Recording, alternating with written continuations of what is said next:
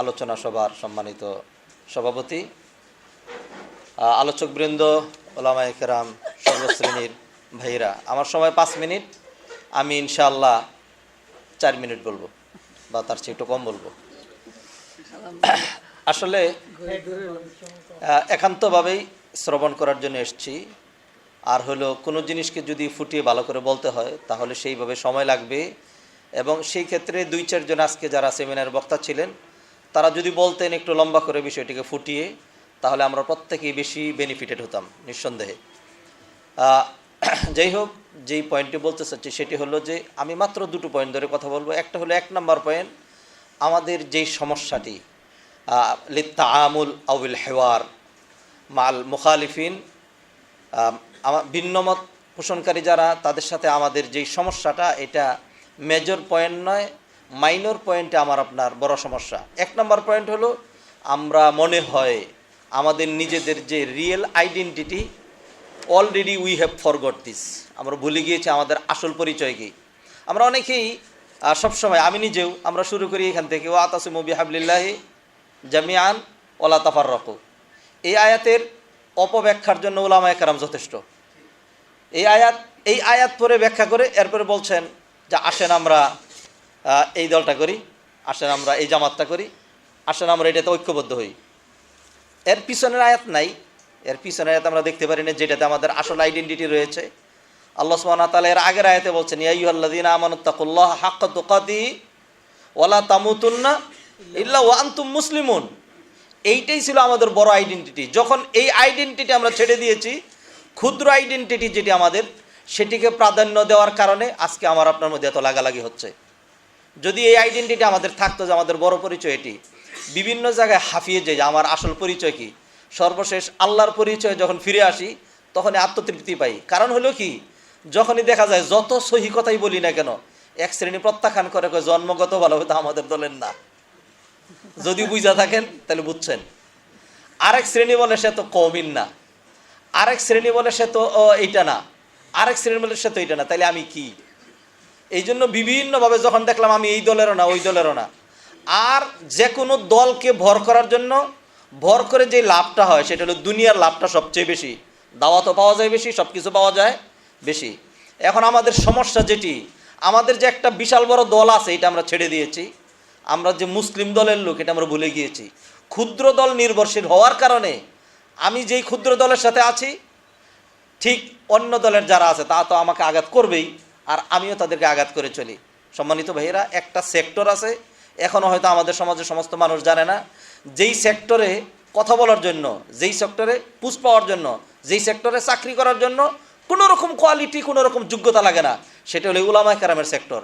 হাজার হাজার লক্ষ লক্ষ টিচার আছেন যাদের একদিনের কোনো রকম ব্যাকগ্রাউন্ড তাদের নেই, কোনো রকম এডুকেশন অথবা টিচিং মেথডের উপরে তাদের পড়াশোনা নেই। এক একজন এক একটা প্রতিষ্ঠানের প্রধান, এক একজন এক একটা টিচার।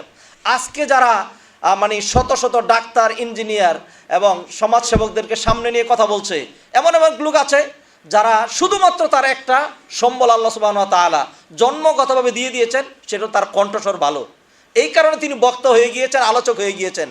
আর তিনি মাইক পেয়েই তার যেটি কাজ সেটি হলো একটা দলের উপর ভর করে এমনভাবে কথা বলতে হবে যাতে এই দলের লোকজন লিল্লাহি তাকবীর অথবা নারায়ে তাকবীর যেন শুরু করে দেয়। এটি হলো মেন। অতএব আমি যে কথা বলছিলাম, যে আয়াত দিয়ে শুরু করেছিলাম, সেটাতে ফিরে আসি। আল্লাহ বলছেন, কুল হাযিহি সাবিলি আদউ ইলাল্লাহ আলা বাসিরা। বাসিরা হইতে হবে, বাসিরা অর্জন করেন। আমাদের যে সমস্যাগুলো, এটির জন্য 2টো পয়েন্টে আমরা যদি ফিরে আসি তাহলে সমাধান হয়ে যাবে। 1 নাম্বার হলো সহনশীলতা লাগবে। এই জাতির, আমার মধ্যে দারুণ সহনশীলতা কম, আমি আমার নিজের স্বীকৃতি দিচ্ছি। সহনশীলতার সাংঘাতিক অভাব, কিছুই সহ্য হয় না। গায়ে মাছি বসতে পারে না, মশা বসতে পারে না। প্রতিপক্ষ যিনি একটা কথা বলতে পারেন না, তিনি একটা কিছু উচ্চারণ করতে পারেন না। আমরা যারা সহি মানহাজে কথা বলি, আমাদের অনুসারীরা পর্যন্ত, যারা আমাদেরকে ফলো করে, তারা পর্যন্ত যৎসামান্য আঙ্গুল কি ডান দিক থেকে বাম দিকে নাড়াবে না উপর থেকে নিচে নাড়াবে, খালি এরকম করে নাড়াইতে থাকবে নাকি হালকা ভদ্রচিতভাবে নাড়াবে, এইটা নিয়ে বিরোধিতা লেগে যায়। আউযুবিল্লাহ। এমন অবস্থা, যারা আমাদের বক্তব্য শোনে অবশ্যই তারা আমাদের চাইতে বেশি জানে, আমাদের চাইতে বেশি বুঝে। আমরা যখন অ্যান্সার দিই তার মনোবোধ না হয় না, এটা হচ্ছে না। এই কারণে আমরা দেখতে পাচ্ছি যে যারা নাকি একটি হাদিস পড়েছেন, একটি আয়াত পড়েছেন, কোরআনের অনুবাদও যারা বুঝে না, আজকে তাদের জবানদরাজি এতটা বেড়ে গিয়েছে যে বড় বড় শায়েখদেরকে নিয়ে দারুণভাবে কটাক্ষ করে সামাজিকভাবে, রাষ্ট্রীয়ভাবে, আন্তর্জাতিকভাবে তারা হেয় প্রতিপন্ন করছে। এই জন্য যে সে মনে করছে আমি শায়েখের চাইতে ভালো বুঝি। অতএব আমাদের মধ্যে সহনশীলতা আসা দরকার। আর হলো, যে ড্রাইভিং করতে জানে না তাকে দিয়েও গাড়ি অ্যাক্সিডেন্ট হবে না, যে ড্রাইভিং করতে পারে তাকে দিয়েও গাড়ি অ্যাক্সিডেন্ট হবে না। যে ড্রাইভিং করতে পারে না, একটু একটু ধরতে পারে, অথচ নিজেকে ড্রাইভার মনে করে, সে নিজেও মরবে, আরেকজনকেও মারবে। উলামায়ে কেরাম সমস্যা নয়, একদম সাধারণ লোক সমস্যা নয়। যারা আমাদের মধ্যে স্টাডি করে, যারা মনে করে আমি সহিহ আকীদার লোক, যারা মনে করে আমি অমুক সংগঠনের লোক, যারা মনে করে আমি বাংলায় অনুবাদ করেছি, যারা মনে করে আমি একটি হাদিস পড়েছি, একটু সহি নামটা আমি শুনেছি, তারাই বড় ধরনের সমস্যা হওয়ার কারণে আজকে যত ফিতনাবাজি, শায়েখদেরকে গায়েল করা, একজন আরেকজনের বিরুদ্ধে কঠিন কঠিন যে সমস্ত কমেন্টগুলো করা হচ্ছে, এটা তাদের কাছ থেকে হচ্ছে। অতএব আসুন, যারা আলেম ওলামা তাদেরকে শ্রদ্ধা করতে শিখি, নিজেদের মধ্যে সহনশীলতা নিয়ে আসি, আর কোনোভাবেই তাআসসুব আমরা যেন না করি, তাআসসুব পরিহার করি। আল্লাহ সুবহানাহু ওয়া তাআলা আমাদেরকে তৌফিক এনায়েত করেন। জাযাকুমুল্লাহু খাইরান। আমি 5 মিনিট কথা বলবো, 5 মিনিট সময় দেওয়া হয়েছে। আমি আসলে ফিকহ সম্পর্কে বড় একটা ধারণা রাখি না, এবং ফিকহ সম্পর্কে আমি পড়াশোনাও করিনি। আমার তাখাসুস হচ্ছে দাওয়া নিয়ে পড়াশোনা করেছি। মানুষকে কিভাবে আহ্বান করা যায় আল্লাহর পথে, যারা পথহারা তাদেরকে আল্লাহর পথে কিভাবে নিয়ে আসা যায়, হোক মুসলিম অথবা অমুসলিম। আমার সাবজেক্ট ছিল অমুসলিমদেরকে কিভাবে আল্লাহর দিকে আহ্বান করা যায়, এটাও আমার স্পেসিফিক বিশেষ সাবজেক্ট। তো আমার উস্তাদ বলতেন যে আসলে এই দাওয়া থেমে যাওয়ার পিছনে বড় একটি কারণ হচ্ছে আল ইখতিলাফাত আল ফিকহিয়া। ফিকহি ইখতিলাফগুলো হচ্ছে দাওয়া থেমে যাওয়ার বড় কারণ। কারণ আমাদের বড় বড় মেধাগুলো একেবারে শুরু থেকে নিয়ে আমরা যদি হিসাব করি, ওনারা এই ছোটোখাটো ইখতিলাফগুলো নিয়ে বড় বড় কিতাব লিখেছেন, গবেষণা করেছেন, সারা জীবন পার করে দিয়েছেন। এবং আমাদের ফিকহ একাডেমি যেগুলো আছে সেগুলো কিন্তু এই ছোটোখাটো মসলা নিয়েই বেশি গবেষণা শেখানো হয়, যেগুলোর ব্যাপারে আমাদের আইম্মায়ে কেরাম আগেই সমাধান দিয়েছেন। নামাজের স্ট্রাকচার কি সমাধান দিয়েছেন। এখন এই নামাজের স্ট্রাকচার নতুন করে আমাকে উপস্থাপন করা, এই জিনিসটাতে যদি আমি আমার মেধাটা ব্যয় করি, তাহলে আমি অমুসলিমদেরকে দেওয়ার জন্যে আমি সময়টা কোথায় পাবো? আমি ইসলামী সভ্যতার নানা দিক সেটাকে মানুষের সামনে উপস্থাপন করার জন্য, প্রমোট করার জন্যে, ইসলামী সভ্যতাটাকে মানুষের সম্মুখে জনপ্রিয় করার জন্যে, অথবা ইসলামটাকে আন্তর্জাতিক পরিমণ্ডলে যেভাবে প্রতিষ্ঠিত করলে মানুষ ইসলামের প্রতি তাদের মহাব্বত জন্মেবে, সেই পর্যায়ে আমি যে আলাদাভাবে গবেষণা করব একটা ব্যাপক পরিসরে, সেটা আমি সময় পাবো না। যাই হোক, আমার উস্তাদ বলতেন, আমি আমার উস্তাদের কয়েকটি কথা বলি, শেষ করে দিচ্ছি। আমার উস্তাদ বলতেন, উনি মালিকি মযহাবের ছিলেন। আমি বিশেষ কিছু মসলা নিয়ে আমার অবস্থানে কঠোর থাকার চেষ্টা করেছি। তো উনি বলেছেন যে আসলে এই সমস্ত ফিকহি মাসাইল নিয়ে তুমি যে কঠোরতা প্রদর্শন করতে যাচ্ছ, সেটা আসলে উচিত নয়। কারণ ইমাম মালিক বলেছেন, আল হাক্কু ইয়াতাআদ্দাদু ফিল ফুরু, প্রাসঙ্গিক বিষয় যেগুলো আছে, নামাজ 5 ওয়াক্ত আমাদের পড়তে হবে, এবং ফজরের নামাজ 2 রাকাত হলো ফরজ আর 2 রাকাত সুন্নত। এখন এই 2 রাকাত ফরজ, এই নামাজ, এই ব্যাপারে কোনো ইখতিলাফ নাই। কিন্তু এখানে নামাজের যে অভ্যন্তরীণ যে কার্যকলাপ যেগুলো আছে, স্ট্রাকচারটা আছে, আমি হাত কিভাবে উঠাবো, আমার তাকবীরে তাহরিমা কখন দেব, হাত ওঠানোর আগে দিব না পরে দিব না সাথে সাথে দিব, ইত্যাদি ইত্যাদি, আমি কয়বার হাত উঠাবো, এই সমস্ত বিষয় যে ফরা, এই ব্যাপারে আল হাক্কু ইয়াতাআদ্দাদ, হক হলো ভিন্ন ভিন্ন, একাধিক সত্য। তো ইমাম মালিক রহমতুল্লাহ বলেছেন, এবং উনি এই মাযহাবটাকে, অর্থাৎ এই ক্ষেত্রে দাওয়ার ক্ষেত্রে এটাকে প্রয়োগ করতে বলেন যে ফিকহি ইখতিলাফগুলোকে, প্রাসঙ্গিক ক্ষেত্রে যেগুলো আছে সেগুলোকে সবগুলোকে হক মনে করা, এবং আমাদের যত মাযহাবী ইখতিলাফগুলো আছে তার অধিকাংশই হচ্ছে ছোটোখাটো মসলা নিয়ে, ফুরুয়া নিয়ে, উসুল নিয়ে নয়। যে এক আল্লাহর প্রতি ঈমান আনা, এই ব্যাপারে কারো কোনো ইখতিলাফ নাই। 5 ওয়াক্ত নামাজ ফরজ, এই ব্যাপারে কারো ইখতিলাফ নাই। ইখতিলাফ হচ্ছে ফুরুয়া নিয়ে। এখন ফুরুয়ার ব্যাপারে যদি আমার মাযহাবটা এরকম হয় যে আল হাক্কু ইয়াতাআদ্দাদু ফিল ফুরু, তাহলে আমার কোনো অন্য আমার কোনো প্রতিপক্ষ থাকতেছে না। আমার সাথে ভিন্ন মতাবলম্বী হিসাবে আমি কাউকে ট্রিট করতে পারতেছি না, কারণ সবাই হকের উপরে আছে। আমি যে আলে হক এটা না, আমি আমার সত্যটাকে আমি মনে করি। যেমন ওই কি বলে রুদ্র মোহাম্মদ শহীদুল্লাহ কবিতা বলেছে যে ভালো আছি ভালো থেকো, আকাশের ঠিকানায় চিঠি লেখো। এখন আকাশের কোনো ঠিকানা আছে নাই, কিন্তু কবির কাছে আকাশের ঠিকানা আছে। কবির কাছে এটাই তার কাছে সত্য। তো কবি যেটাকে সত্য মনে করে সে সেটাকে সত্য মনে করতে পারে। এটাকে বলা হয় সাবজেক্টিভ ট্রুথ, অথবা আল হাকিকা জাতিয়া, পার্সোনাল সত্য। আমি একটা বিষয়কে আমার কাছে ভালো লাগতে পারে, এটা আমার কাছে পার্সোনাল সত্য, এটা হতে পারে।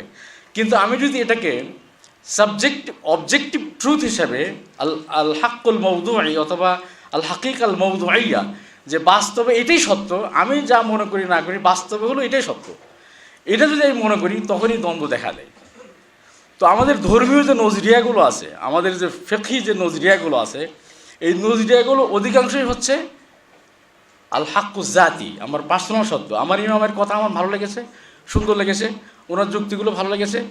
হাদিস সহি কখন হয় কখন হয় না এ ব্যাপারে ওনার যে অভিমত সেটা আমার কাছে ভালো লেগেছে, অতএব আমি ওনার মযহাবটা ফলো করে যাচ্ছি। এটা হলো আমার পার্সোনাল বিষয়, ব্যক্তিগত বিষয়। কিন্তু আমি এটাকে যদি বলি যে এটাই হলো অবজেক্টিভ ট্রুথ, বাস্তব জীবনেও এটাই, বাস্তব জগতে এটাই সত্য, এর বাইরে কোনো সত্য নেই, তখনই সেখানে সৃষ্টি হয় দ্বন্দ্বের। আমি আরেকটি কথা বলতে চাই, সেটা হচ্ছে আমাদের যে ফিকহি ইখতিলাফগুলো আছে ফিকহের ক্ষেত্রে।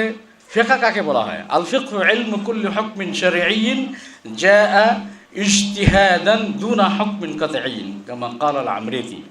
ফিকহ হলো ইজতিহাদি হুকুম। ইজতিহাদি হুকুম বিষয়ক জ্ঞান এলেমটাকে বলা হয় ফিকহ। দুনা হুকমিন কাতঈয়্যিন, ফিকহের কোনো হুকুমই কাতঈ না, কারণ ফিকহ মানেই হলো উলামায়ে কিরামদের ইজতিহাদ। ফিকহ মানেই হলো উলামায়ে কিরামদের ইজতিহাদ। আর যেটা ইজতিহাদের বাইরে, যেমন আল্লাহ এক, এখানে কোনো ইজতিহাদের প্রয়োজন নাই। কিন্তু আপনি নামাজে রফায়দান করবেন কি করবেন না, এটা হলো উলামায়ে কেরামের ইজতিহাদ। ওনারা হাদিস যেগুলো পেয়েছেন ওগুলোকে, কিছু হাদিস ওনাদের কাছে ওনাদের নিজস্ব মানদণ্ডের আলোকে হাদিসের যে উসুল আছে, উসুলুল হাদিস বা মুস্তালাহাতুল হাদিস, মুস্তালাহুল হাদিস, এই হাদিসের যে পরিভাষাগুলো, যে হাযা হাদিসুন সহিহ, এই যে সহিহ শব্দটা, এই শব্দটা কিন্তু উলামায়ে কেরামদের ইজতিহাদকৃত একটি শব্দ। এবং সিহহাতুল হাদিস, হাদিস কখন সহিহ হয়, ইমাম বুখারী রাহমাতুল্লাহ আলাইহি ওনার নিজস্ব মানদণ্ড উনি দাঁড় করিয়েছেন, যে এরকম রাবি যে হবে বর্ণনাকারী তাকে আদিল হইতে হবে, আল আদ বা রাওয়াহু আদলুন দাবতুন আন মিসলিহি বিসানাদিন মুত্তাসিল মিন গায়রি শাযিন ওয়ালা ইল্লা। আদিল হইতে হবে রাবিকে। এই যে আদিল হইতে হবে, এটা কি ওনার ইজতিহাদ? এটা মুহাদ্দিসিনদের ইজতিহাদ। দাবিত হইতে হবে, এটা ওনাদের ইজতিহাদ। কাজে গোটা যে ফিকহের যে গোটা এডিফিস, গোটা বিল্ডিং যেটা আছে, এই পুরোটাই হচ্ছে মুকামুন আলাল ইজতিহাদ, ইজতিহাদের উপরে দাঁড় করানো হয়েছে। এখন এখানে কোনো কথাই বিষয় নাই, অর্থাৎ একেবারে ওহী নাজিল হয়েছে, আল্লাহ সরাসরি বলেই দিয়েছেন যে রফায়দান করতেই হবে। একবারে এমন নস দ্বারা আছে যে নসের ভিতরে কোনো ইখতিলাফ নাই, এবং এই নসটা যেভাবে প্রমাণিত হয়েছে আমাদের কাছে, সেই তরিকাটাও কাতি তরিকা, এরকম কিছু না। পুরো বিষয়টাই হচ্ছে ইজতিহাদি ফিকহ, এবং উসুলে ফিকহ, উসুলে হাদিস সেটাও ইজতিহাদি। এখন ইজতিহাদি হলেও আমাদেরকে তো অবশ্যই কোনো একটা মসলা অনুযায়ী আমাদের আমলগুলোকে দাঁড় করাতে হবে। হ্যাঁ, আমার ইমাম যে কথাটা বলেন সেটা যদি দালিলিকভাবে আমার কাছে ভালো মনে হয়, তাহলে হাযা সহিহুন ইনদি, হাযা হাক্কুন ইনদি। কিন্তু এর অর্থ এটা নয় যে আমার প্রতিপক্ষের কাছে বা আমি যার মসলাটা মানতেছি না তারটা যে গায়ের হক, এটা নয়। আল হাক্কু ইয়াতাআদ্দাদ, এই বিষয়টা যদি আমরা অ্যাডপ্ট করতে পারি তাহলে অনেক সমস্যার সমাধান হয়ে যাবে। আরেকটা ছোট্ট কথা বলেই শেষ করে দিচ্ছি, যে আমাদের আসলে বর্তমান যুগে আমরা এই ফিকহি যে সমস্ত ইখতিলাফাত নিয়ে আমরা সময় কাটাচ্ছি বা ইখতিলাফাত নিয়ে আমাদের সমস্ত কর্মযজ্ঞকে ধাবিত করতেছি, এই সমস্ত ইখতিলাফের বাইরে আমাদের যে বড় বড় চ্যালেঞ্জগুলো আছে সেগুলোর দিকে আমাদের আসলে মন দেওয়া উচিত। আসলে বর্তমানে যে সমস্ত স্ট্যাটিস্টিক্স ফলাফলগুলো বের হচ্ছে সেগুলো খুবই ভয়াবহ, খুবই ভয়াবহ। সৌদি আরবে বলা হয় 5% নাস্তিক, এথিয়েস্ট ইন সৌদি আরবে 5%, 5%। এটা কি এটা ছোটোখাটো কথা নয়। এবং তিউনিসিয়াতে, মরক্কোতে 10% নাস্তিক। ইরাকে কেউ কেউ দাবি করেন 30% হলো নাস্তিক, ইরাকে 30% নাস্তিক। তো এই যে নাস্তিকতাতে সয়লাভ এবং আধুনিক বিজ্ঞানের যে সয়লাভ, আধুনিক বিজ্ঞান আমাদের ফেইথকে চ্যালেঞ্জ করে যাচ্ছে, কোরআনের অথেন্টিসিটিকে চ্যালেঞ্জ করে যাচ্ছে, হাদিসকে চ্যালেঞ্জ করে যাচ্ছে, হাদিসের বিভিন্ন বক্তব্যকে চ্যালেঞ্জ করে যাচ্ছে। আমরা সেগুলোকে অ্যাড্রেস কেন করি না? আমরা সেগুলোকে অ্যাড্রেস না করে, আমাদের মেধাগুলোকে সেখানে ব্যয় না করে, আমরা ছোটোখাটো মশলা নিয়ে আমাদের পুরো শক্তি, মেধা সেখানে ব্যয় করতেছি। এটা আসলে কতটুকু উচিত হচ্ছে, আল্লাহ তাআলা দরবারে কি জবাব দিব সেটা আমরা বলতে পারি না। আল্লাহ রাব্বুল আলামিন আমাদের সবাইকে তৌফিক দান করেন যেন আমরা ইখতিলাফের ঊর্ধ্বে উঠে আমাদের শক্তি, মেধা এগুলোকে যথাস্থানে আল্লাহ রাব্বুল আলামিন রেজামন্দি অনুযায়ী ব্যয় করতে পারি। ওয়া আখিরু দাওয়ানা আনিল হামদুলিল্লাহি রাব্বিল আলামিন।